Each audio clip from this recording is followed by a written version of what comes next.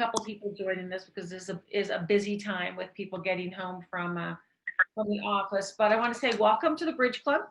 We are really happy that all of you have chosen to be here this evening. And it looks like we have a lot of new faces who have joined us. So just 2 quick seconds about the Bridge Club. It's kind of a TED Talks meets LinkedIn meets a good old-fashioned book club, where people gather together to talk about topics of interest to the veterinary profession. And tonight, we are really excited that we have Dr. Doug DeBoer here to talk with us about all kinds of itchy things.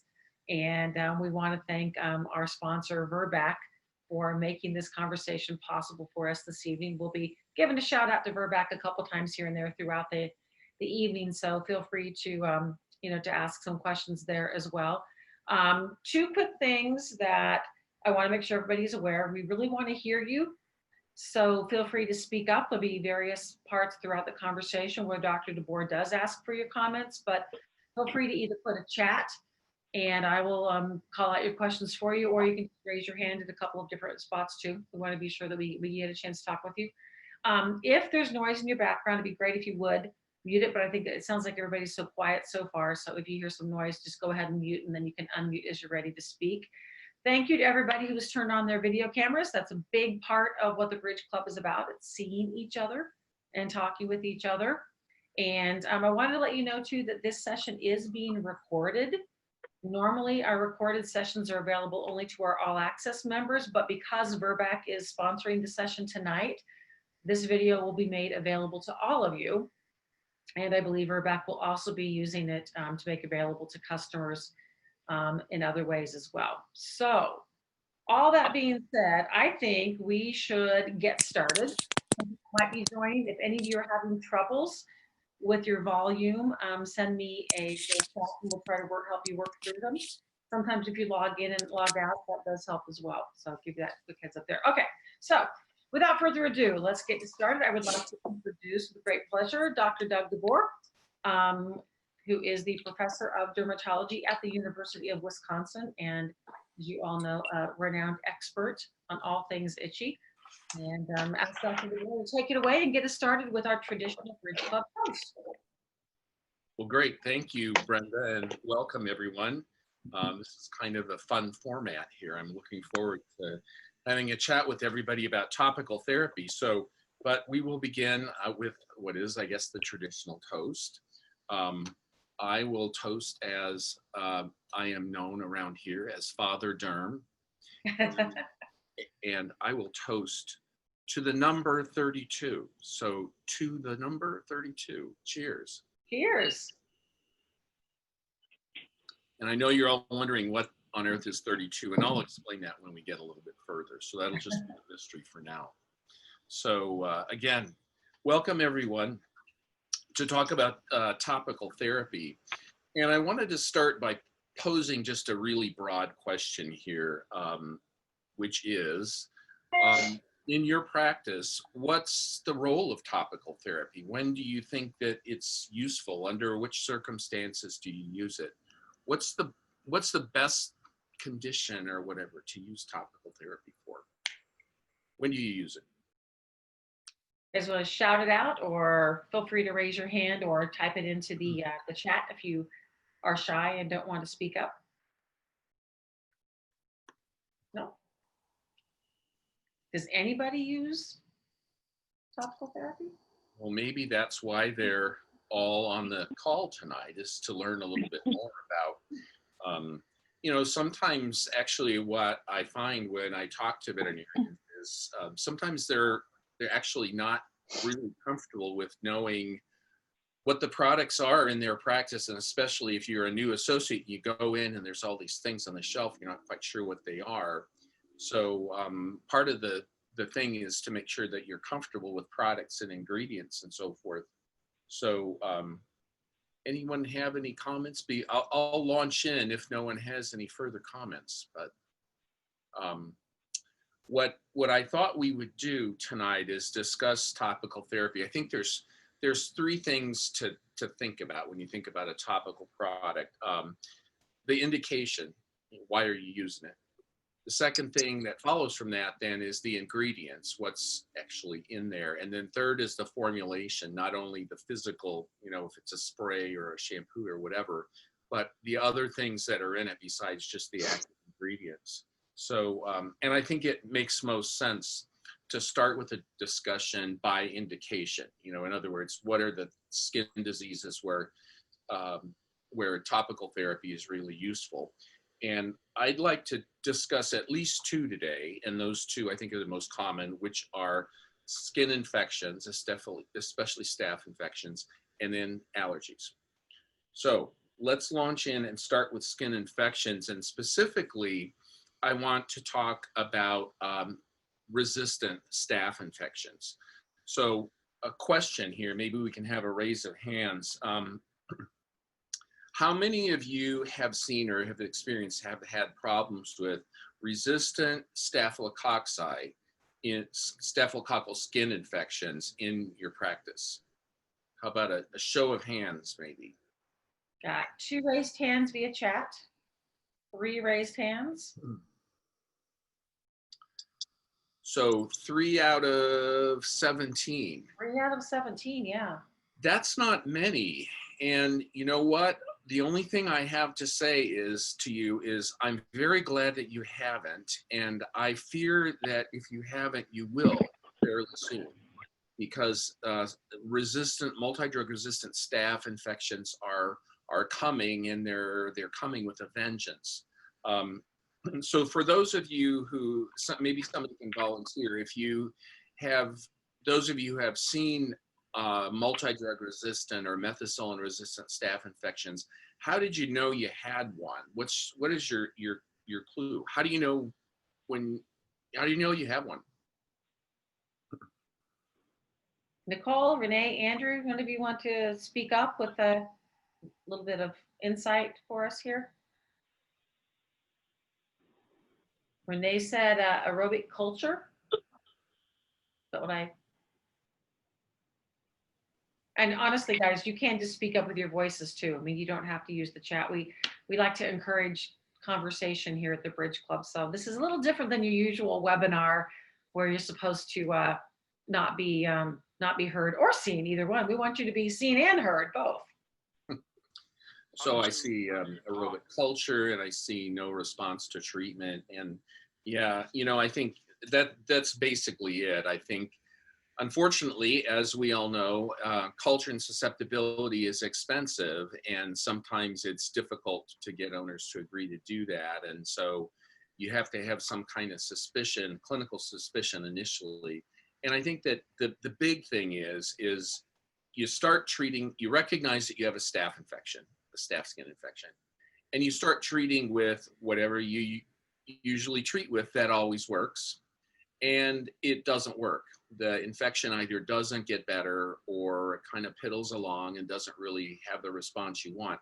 So typically, you should really see an improvement in the first 3 to 5 days of treatment. And if you're not, you should suspect that there's something wrong. And that's one of the clues that we use. So so here's the thing about resistant staph infections. They're really increasing. They're increasing tremendously in some urban areas of the United States. In some urban areas, they're even upwards more than 50% of the cultures that are done are resistant staph infections. Now, somebody tell me, when you talk to one of your owners about a dog with a staph infection, what is the first thing they do when they get home? Clean the animal. Here. They ask the neighbor. They ask their neighbor. They probably are going to get better information sometimes from their neighbor than from the internet, which is usually what our owners do. And so they see pictures like this, the flesh-eating superbug, and horrible stories and awful pictures of people that have had methicillin-resistant staph infections. And it's really a problem. It's really a problem in human dermatology and for physician dermatologists. So if you haven't seen this, you're going to soon, and then you're going to say, what do I do now? Because I have this, you have a susceptibility report that says, that has just all R's on it. I mean, literally all R's, everything. So what are you going to do? And that's where we want to bring in the issue of topical therapy. So has anyone who's listening used topical therapy alone to treat a staph infection? No. It's Wow. always, so I hear there's one yes from Silent Amanda. And then I heard a no, because we've always thought about topical therapy as this kind of adjunct treatment. That's what we've taught for years and years. You use antibiotics, and then as an adjunct treatment, use topical therapy. So let me tell you, it's going to change, and you're going to start to use topical therapy more often, and you're going to need it for more patients because of the resistance problems. And in fact, let me get my next visual aid here. I'll hold this really close because there is this really nice paper about how to treat pyoderma. This was a working group. Let me hold it up so you can see. If you, I look less, can you see it? Yeah. So if you just Google guidelines canine superficial pyoderma, like I put on the bottom, if you just Google that, then this will come up. And it's you don't have to subscribe to the journal to get it. You can get a PDF. It's open access. So this was a working group that that issued recommendations about how to treat superficial pyoderma in dogs. And guess what? The recommendations are do not use antibiotics as your first treatment of choice. So we no longer, when we teach students and we teach them about pyoderma, we no longer say to them, we no longer talk about which antibiotic we should use. We say, do not use antibiotics. Do not use antibiotics, use topical therapy. So somebody said they had, I don't remember your name, sorry, somebody had used topical therapy only for a staph infection. So what did you use, and what do you think was the secret to doing that? It was Amanda. Was that you that said that you had used it? It was Amanda. Yeah. So she can hear us, but we can't hear her just yet. Oh, Okay, so she's still Chlorhexidine. still having problems. Yeah, so she is. Chlorhexidine. Yeah. Novosan. So, and that is, so she says very frequently she's using it. So, yeah, well, get used to it, because that's what you're going to have to use more and more often. There have been a lot of studies recently with topical therapy for superficial pyoderma. And the conclusions of pretty much everything is that the ingredient you want is chlorhexidine.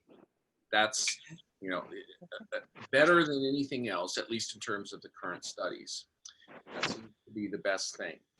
And so the secrets, if you need to use topical therapy, first of all, yes, it does work just as well as antibiotics for superficial pyoderma if you do it right. It works just as well, and it works just as fast by using topical chlorhexidine as it does to use antibiotics. So the secret is, there's only one secret, use daily application. You know, we're used to this kind of, you know, twice a week, once a week shampooing. If you use topical therapy for superficial pyoderma, you have to have the owner put it on once per day, which is already a problem, right? Because of the issues with topical application. So those of you who have used chlorhexidine products for pyoderma, were you really having the owner bathe once a day, or were you using some other product?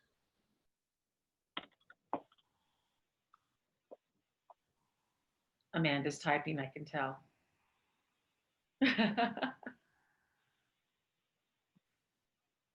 So we have 2 participants with a raised hand. Okay. So Dr. DeBoer, can you see Amanda's comment there? Bathe twice weekly and daily mousses or sprays. Bathe twice weekly and daily mousses or sprays. That's what works. You got to get it on every day. And actually what we say is, I think our owners in Wisconsin are, with the weather and all, it's really tough to get people to bathe sometimes.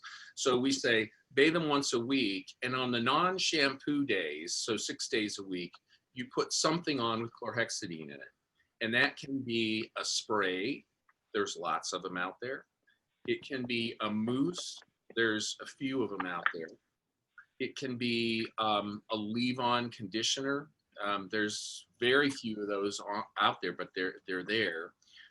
Or something that makes it easy for the owner to apply it, because nobody's going to shampoo their dog with chlorhexidine every day. If they did, it would work, but you have to have compliance. So spray, mousse, lotion, whatever, once a day, bathing once or twice a week.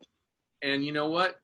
2-3 weeks, they're doing really, really well.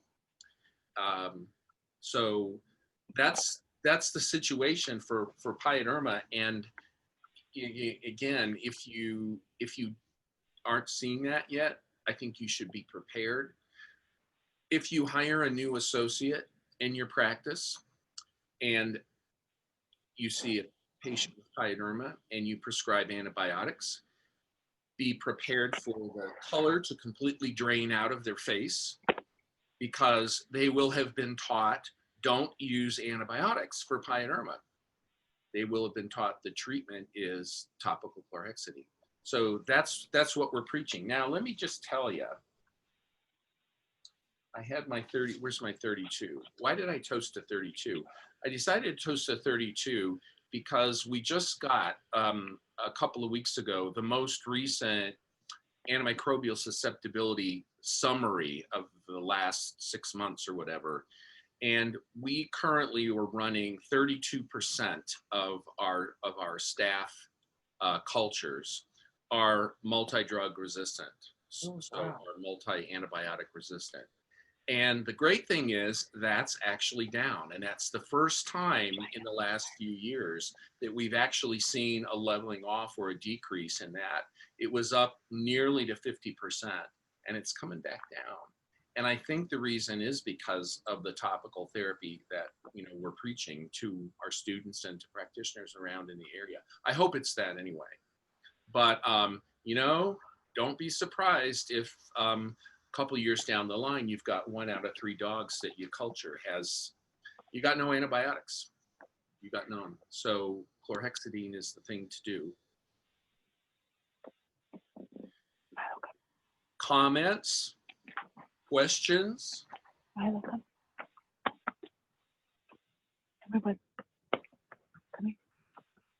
Question from Aaron. What was the percentage previous to 32% resistancy? So you had mentioned about 50%. Was that in the near term, or was that a while ago that we were up at 50%? Well, I think it was probably, the peak was probably, about a year ago, I think. I think it leveled out at, I think 48% or something like that over the last year. And the 32 is the first time it's actually come down. I hope it sticks. I hope it's still going. What somebody didn't ask, so somebody's saying, can you just use spray, or is somebody... The value in bathing once or twice a week, and that's a question that I actually... the thing is, just get it on once a day. If you have an owner that wants to spray their dog every day and never bathe them, great, except if for no other reason, the sprays and the mousses, after a while, they tend to kind of get sticky and they're the dog not nice. So I think you'll find that the owner wants to bathe the dog once a week just because they turn into kind of a sticky mess from the sprays. So that's why we say, but you could do it. You could do just long as you get chlorhexidine on there. Now, our friends, I think they are our friends at the FDA. This is another new thing. So I'll hold this document up for you. This is a recently released document from the FDA. The FDA is going great guns now. It will be going great guns, even more than they are now, in 2019, on veterinarians' use of antimicrobials. A lot of this has to do with large animal folks, and use in food animals. But there's a huge section in here too on what are we going to do with indiscriminate use of antibiotics in companion animals. So I don't know what they're going to do. I don't know what they can do or how they're going to, if they're going to be restrictions or whatever. But this is also coming down from the FDA that we need to do this, not only for the animals, but these things are the genes that are in these bugs that cause multi-drug resistance are mobile, and they're capable of going into other organisms, and they're capable of going into human staph strains as well. So there's some public health concern, no small amount of public health concern too.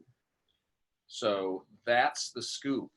So I'm surprised nobody asked me about what product you use. You use 2%, 4%, with tris, EDTA, with miconazole, with ketoconazole. What's the best product? So let me tell you, all the studies say concentration doesn't seem to matter. Whatever you have, 2%, 3%, 4%, it doesn't matter. Whatever you have in your practice. In fact, there's a study that showed that there was a 4% product that wasn't as good as a 2% product. We can maybe talk about that when we get into formulation, but so it doesn't matter. Tris and that kind of stuff doesn't really matter one way or the other. It helps to have one of the azoles in. It helps to have miconazole or ketoconazole in with the chlorhexidine, in part because in the case of miconazole, it's synergistic. It actually has some antibacterial activity too. Ketoconazole, so both of them obviously are good if there's any concurrent fungal infection. And ketoconazole can have some anti-inflammatory effect as well. So I would say if you can, use a chlorhexidine azole product rather than just plain chlorhexidine. Either will work, but I think adding azole is a little bit better. So there's a question here, Dr. DeBoer. Are there other particular, and I know obviously this session is sponsored by Verbac, so there are probably some Verbac products here that would be recommended, but beyond that, I mean, are there brands that do seem to be better than others for whatever reason you recommend, or could someone just pick something off the shelf or order something from Amazon? Yeah. Well, I guess I would say generally, as a guideline, you should actually use a name brand if you can. One of the name brands companies would be Verbac, Decra, Siva, which is the Duxo line. Those are all great companies that have great products, and there's others as well. When you get into problems, sometimes is when you get into the generics and sometimes the private label brands. The problem is these shampoos are not always easy to formulate, and you can, for example, if you mix the wrong ingredients in, you can start inactivating the chlorhexidine. So I would stick to, so all of the companies I just mentioned have great chlorhexidine based shampoos, chlorhexidine or chlorhexidine azole. Sprays, Decra's got a great spray, Duxo or Siva has a great spray, Siva has a great mousse. There's a newer company called Vet Biotech that has good sprays and mousses too. So I guess my message is stick with a name brand if you can. Anybody else have any questions real quick before we move on just a little bit? Man, and one of the things that has come to mind when I was talking with some of my friends who have been recommended different shampoos for pets who've had itchy problems, whether it's allergies or a pyoderma, they don't understand why you can't just use a gentle shampoo. So I know as a veterinary practitioners, obviously, I suspect you get that question fairly often. Do you think it's hard for them to understand the real rationale behind it? Well, I think the situation is when an owner has a skin problem in their dog, before they come to us as veterinarians, of course, what they do, in addition to the internet, is they visit the local expert, which is the high school student at the PetSmart or whatever, right? For their advice. Never mind that you have 12 or 14 years more experience and education with them. They still believe a high school student. You know this. So they get these antiseptic shampoos that you can go, when you're in the pet store the next day, look, because they have antiseptic quote unquote shampoos that have some other ingredients with them, things like triclosan and I'm not sure, sometimes the botanical things that just don't have the oomph, that just don't have the antibacterial action, and especially the persistence that chlorhexidine does. So I don't know, but and I believe it is extremely unlikely that they'll find, Cristiano, this is a good question for you. Would an owner be able to find a chlorhexidine-based shampoo at a pet store typically?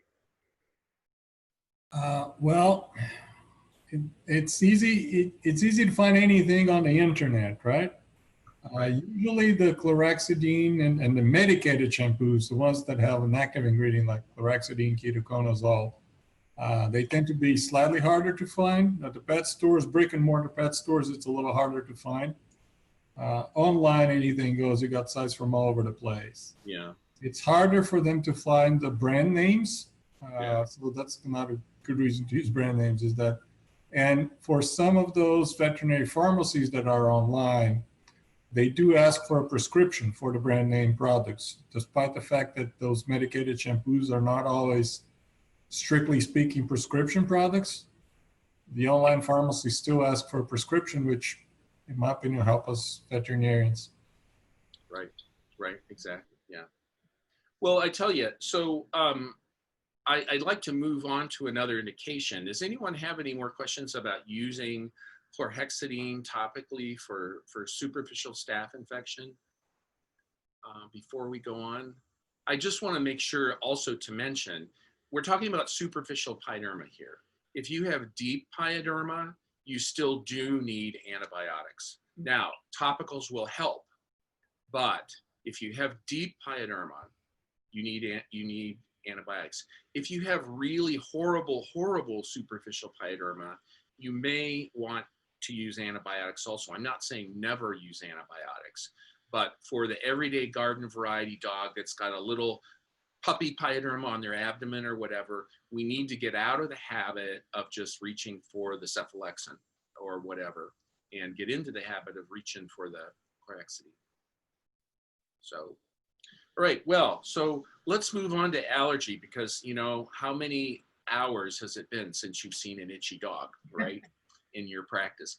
So owners often ask, my dog is really itchy. What can I use, or is there something I can use to bathe him with or put on him that's gonna stop the itch? So when I assume that that you all get that question. How do you respond to owners when they say, what can I wash him with or put on him to stop the itch?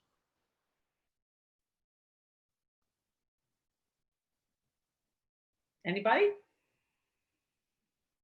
Baby shampoo? No, just kidding. Amanda, I'm sure you've got an answer. So Nicole said bring him in for a visit to see what's causing it. Yep. Amanda said it depends on the case. What can I wash them with? Yeah. So everybody would like for there to be a magic shampoo that is effective at stopping itch.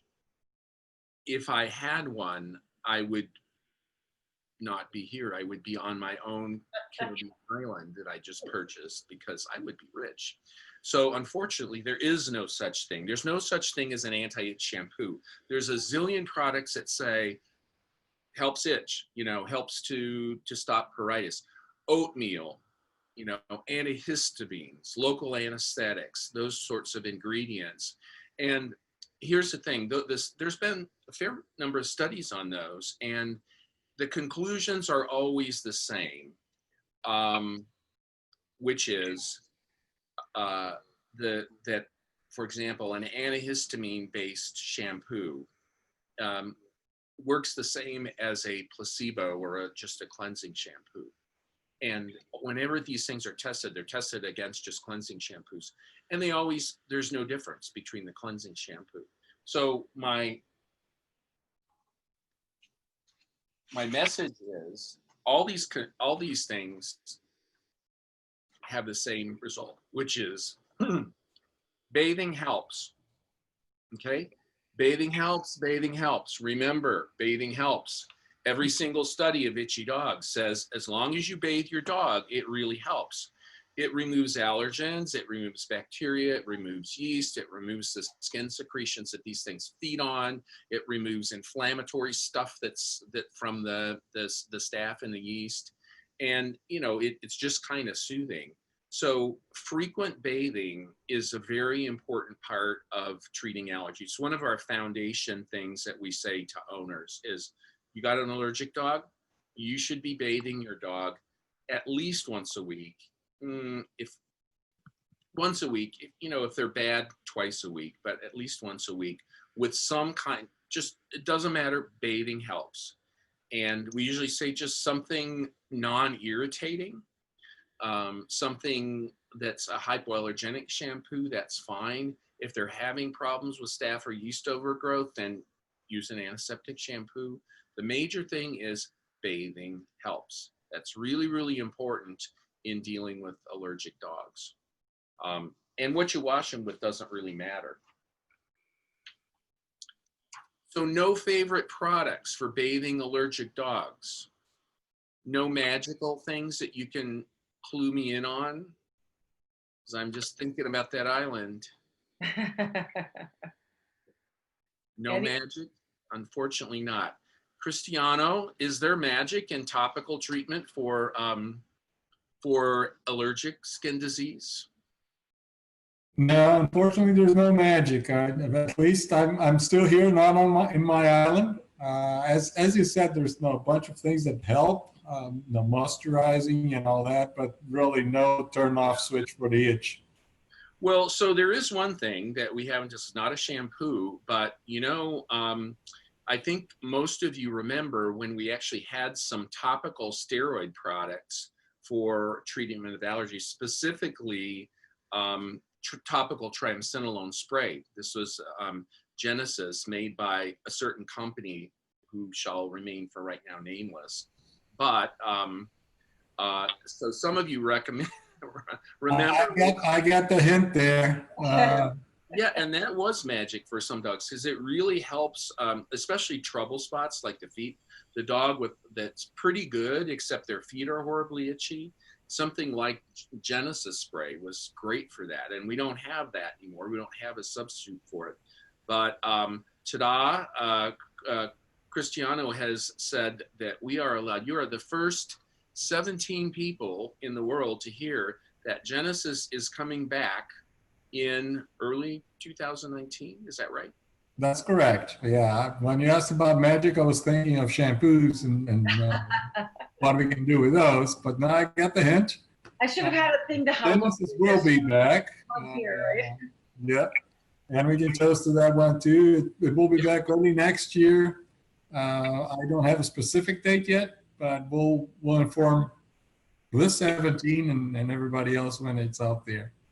So all of you that I can see look very young, very, very young. And so you may not even remember Genesis spray.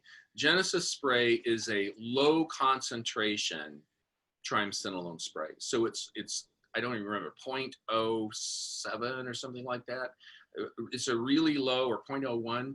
It's a very, very low concentration compared to the creams and ointments that we're used to. And it's made for, and it's in a spray, and it's made for application to dogs with itch, dogs with flea allergy dermatitis, or atopic dermatitis. And it works really well. In fact, it works as well as oral pred. If you get it on, if the owner gets it on every day.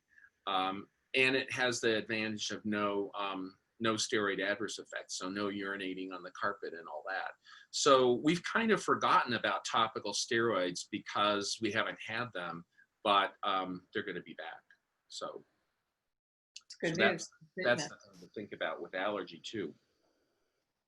So we had one question, Dr. DeBoer, too, about ketoconazole, and it's speaking of the topical steroids, the anti-inflammatory effects of ketoconazole. You mentioned that a little bit earlier, and there was a question about explaining how it has those effects.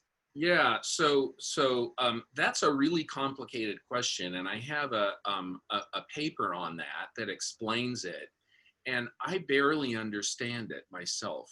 It has to do with its ability to downregulate cytokine action and production, basically. And there's in vitro studies that demonstrate that really well. If you say, is there a study that demonstrates that ketoconazole, either tablets or shampoo, has a measurable anti-inflammatory effect in skin? No, there isn't that yet. Those are tough studies to do, but it's clearly demonstrated that it has that effect in vitro. So it's probably not a potent effect. It's certainly not as potent as steroids, but you know, you need everything going for you when you're dealing with staph and yeast overgrowth. So that's the situation. You know, that I guess what that brings me to also is, I mentioned, so indication and ingredients, we should talk about formulation too, just not only from the standpoint of spray versus mousse or whatever, but the formulation the formulation even of the shampoo can really affect the efficacy. I mentioned like the infamous thing everybody brings up with the 4% being worse than the 2%. But you know, the thing is, owners have to bathe their dogs. If the compliance isn't good, you're sunk. So the experience that the owner has of applying the product, no matter what it is, has to be good, or they won't do it. So it's stupid things. It's stupid things like lathering ability. It's the scent, the fragrance it has. If the owner doesn't like what it smells like, they're probably not going to put it on their dog like they should. So that's a real important thing to think about in formulation, and in choosing a shampoo, really, is, you know, what's going to appeal to your owners, just in terms of latherability and that sort of thing. And I think that's where, again, the name brands are probably superior to the no name or the generics that somebody would get on Amazon. That's good to know. I just want to point out that we are at 39 minutes in, okay, roughly 37, since we started a tad bit late. So if anybody must drop off, we certainly understand, because we usually try to keep these at about 30 minutes. However, I know Dr. DeBoer and Verback are happy to have us continue down this conversation and give you guys a chance to ask some more questions. So feel free to hang in there with us for a little bit longer and see what other kinds of fun surprises Dr. DeBoer has to share with us, and what kinds of questions you guys might have for him. Didn't mean to interrupt. Just want to be sure people had So a chance. yeah, no, everybody is Questions that they had. welcome to stay after and ask the questions that any questions you need to really about topicals or other things too. But I did want to make sure, you know, what I really want to get through to you tonight about topicals is not really that you should use any specific any specific product or any particular manufacturer's product. We're not here to tout anybody. There's lots of good products on the market.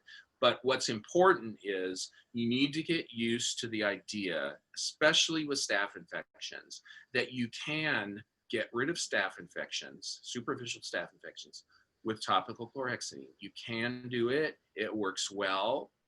And you should start to do it. The more we all start to do it, the less problem we're going to have with resistance. And then the second thing is make sure with your allergic patients, with your patients with atopic dermatitis, always emphasize to the owner, tell your receptionists, tell your technicians, somebody calls and is calling about a horribly itchy dog, make sure you say, always tell them, make sure you're bathing your dog. Okay, before your appointment, you can come in tomorrow, you can come in the next day, but start bathing your dog, because that's really going to help. Bathing helps. That's pretty important. So, questions, comments? Questions? Did you hear everything you needed to hear tonight? It's a quiet crowd, very quiet crowd. So speaking of the formulas and the lathering and things like that, I did hear a little bit, I heard a rumor somewhere along the way that there were going to be some shampoos back with some improved formulas. Cristiano, anything you want to share with the crowd there? Oh yeah, let's share that with the crowd. So one of the reasons that we are doing this today is because, as you might know, the Virbac shampoos have been off the market for a while. We've been working on it to improve their formulas, and we're happy that we're just bringing them back. So Keto Chlor, which is our chlorhexidine ketoconazole shampoo, has been back for quite a few months already this year. And we just released Keratolux and Allermil. Allermil is the oatmeal moisturizing, soothing shampoo that won't make the magic and turn the itch off, but it will help a little bit. And Keratolux is more for those keratoseborrheic conditions. All those three medicated shampoos are back with improved formulas, so they have the glyco technology that they used to have already before, and that reduces microbial adhesion and also has some anti-itch properties or anti-inflammatory properties by blocking cytokines. But also we added 2 plant extracts to stimulate the innate immunity, the antimicrobial peptides. This is based on some work done at the University of Florida with those antimicrobial peptides. So some additional antimicrobial power there. And I don't know if Dr. DeBoer wants to comment anything on those papers from Florida or anything about those shampoos, but they're back. And most distributors already have them. Some are still setting up their systems. So I know that Hendershine is a bit behind and Patterson have it on the list, but all the other distributors seems to have them in inventory already. Yeah, there's a lot of talk now. One of the hot topics is these antimicrobial peptides, which are things that all of our epidermal cells secrete as part of our natural immunity. And we know that these are likely altered in allergy. And that's maybe the reason why you can get more infections, is because you don't have the natural defenses. So there's various things that are being tried in an attempt to either directly add those things to a shampoo or to add ingredients that stimulate the elaboration of the antimicrobial peptides. So that's what Cristiano was talking about. Amanda asked something. I love this because I get to make Cristiano absolutely cringe. He's going to cringe. Here's why he's going to cringe. So Amanda asked the question about Cordivans, and the reason Cristiano's cringing is because this is a product that's sold in every country of the world, I think, except the United States. And we would love to have it. It is absolutely fantastic. You think Genesis works. Cortivance is absolutely fantastic. And Cristiano probably can't talk about it because it's not approved and it's a prescription product. But yeah, it's a hydrocortisone acetonate spray. Anyway, works great. I have some because from time to time when I'm in Europe, a few dozen bottles accidentally fall into the store and come back with, you know, it happens. So, but yeah, I'd love to. Cristiano, when's Cortivance coming? So I'm not cringing. In fact, I'm happy with the question, and I'm happy that you love it so much that they walk into your suitcase. It's true. It's a product that's big in Europe. It's present in Canada. It's all around us, and we don't have it here in the U.S. It's been very frustrating. It is. We are working on FDA approval. What do I mean by that? I mean that we're doing studies because in the U.S., like many other countries, it's not only the U.S., they want to see local studies. No, it's the same thing in Japan and in Europe. So we're doing that right now as we speak. Those will be submitted to FDA. There's review time. So Cortivance is going to be in the U.S., but it's going to take still a while. That's why we're bringing Genesis back. Once we have Cortivance, Genesis will be out. Cortivance is the new deal, but Genesis will have to breathe just for, I don't know, 18, 20 months until we have full approval from the FDA. The hydrocortisone acetonate might arrive a lot earlier than that, but in a different product. Good question. And You Andrew hear what I'm saying, so we'll see. We'll see how that goes. Andrew's had his hand raised there. So Andrew, I don't know if you have a question you want to speak up and ask, or if you just want us to talk to Dr. DeBoer about that royalty check that you owe him. I don't have a camera or a speak. Can you hear me or not? Yes, we can. Yeah. Okay. No, I'm just saying thank you very much.